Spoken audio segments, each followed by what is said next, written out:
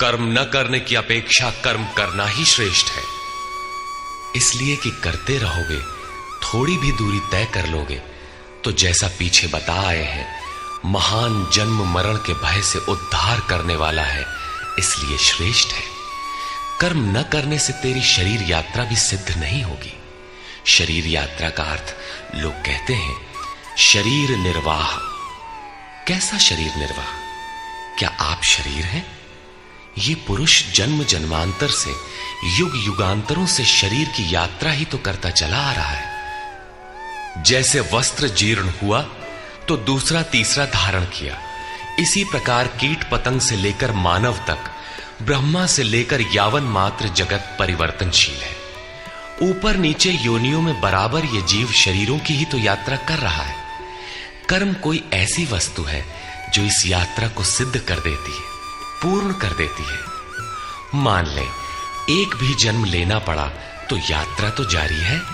अभी तो पथिक चल ही रहा है, वो दूसरे शरीरों की यात्रा कर रहा है।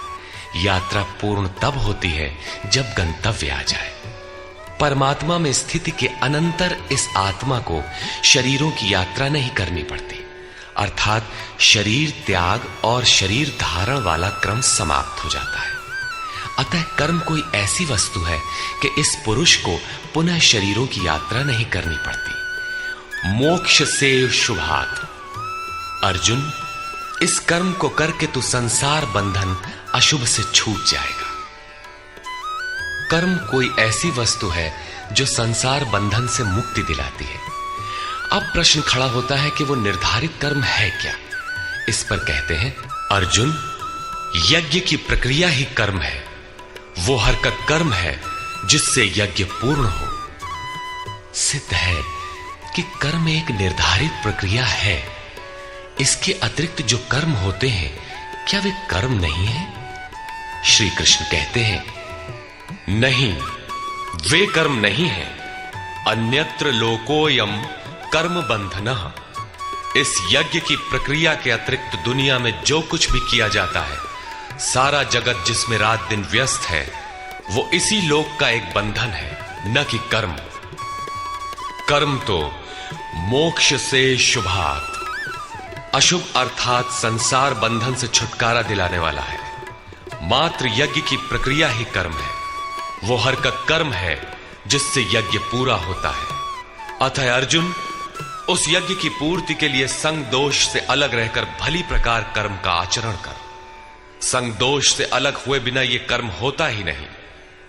अब हम समझ गए कि यज्ञ की प्रक्रिया ही कर्म है, किंतु यहां पुनः एक नवीन प्रश्न उत्पन्न हो गया कि वो यज्ञ क्या है जिसे किया जाए। इसके लिए पहले यज्ञ को न बताकर श्री कृष्ण बताते हैं कि यज्ञ आया कहां से, ये देता क्या है। उसकी विशेषताओं पर प्रकाश डाला और चौथे अध्याय में जाकर स्पष्ट किया कि यज्ञ क्या है, जिसे हम कार्य रूप दें और हमसे कर्म होने लगे।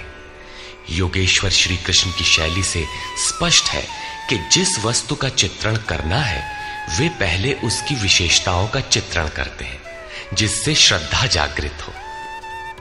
तत्पश्चात वे उसमें बरती जाने वाली सावधानियों पर प्रकाश डालते हैं और अंत में मुख्य सिद्धांत प्रतिपादित करते हैं। स्मरण रहे कि यहां पर श्री कृष्ण ने कर्म के दूसरे अंग पर प्रकाश डाला कि कर्म एक निर्धारित क्रिया है।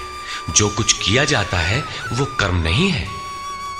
अध्याय 2 में पहली बार कर्म का नाम लिया, उसकी विशेषताओं पर बल दिया, उसमें बरती जाने वाली सावधानियों पर प्रकाश डाला, लेकिन यह नहीं बताया कि कर्म क्या है। योगेश्वर श्री कृष्ण ने कहा, अर्जुन, तो निर्धारित किए हुए कर्म को कर। अब प्रश्न उठता है कि निर्धारित कर्म क्या है जिसे हम करें। तब बताया कि यज्ञ को कार्य रूप देना कर्म है। अब प्रश्न उठता है कि वो यज्ञ क्या है। यहां यज्ञ की उत्पत्ति विशेषता बताकर शांत हो जाएंगे और आगे अध्याय 4 में यज्ञ का निखरा हुआ रूप मिलेगा, जिसे करना कर्म है। कर्म की यह परिभाषा गीता को समझने की कुंजी है। यज्ञ के अतिरिक्त दुनिया में लोग कुछ न कुछ करते ही रहते हैं। कोई खेती करता है तो कोई व्यापार, कोई पदासीन है तो कोई सेवक, कोई अपने को बुद्धिजीवी कहता है तो कोई श्रमजीवी, कोई समाज सेवा को कर्म मानता है तो कोई देश सेवा को, और इन्हीं कर्मों में लोग सकाम और निष्काम कर्म की भूमिका भी बनाए पड़े हैं।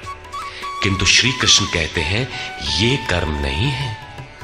अन्यत्र लोकोयम कर्म बंधना।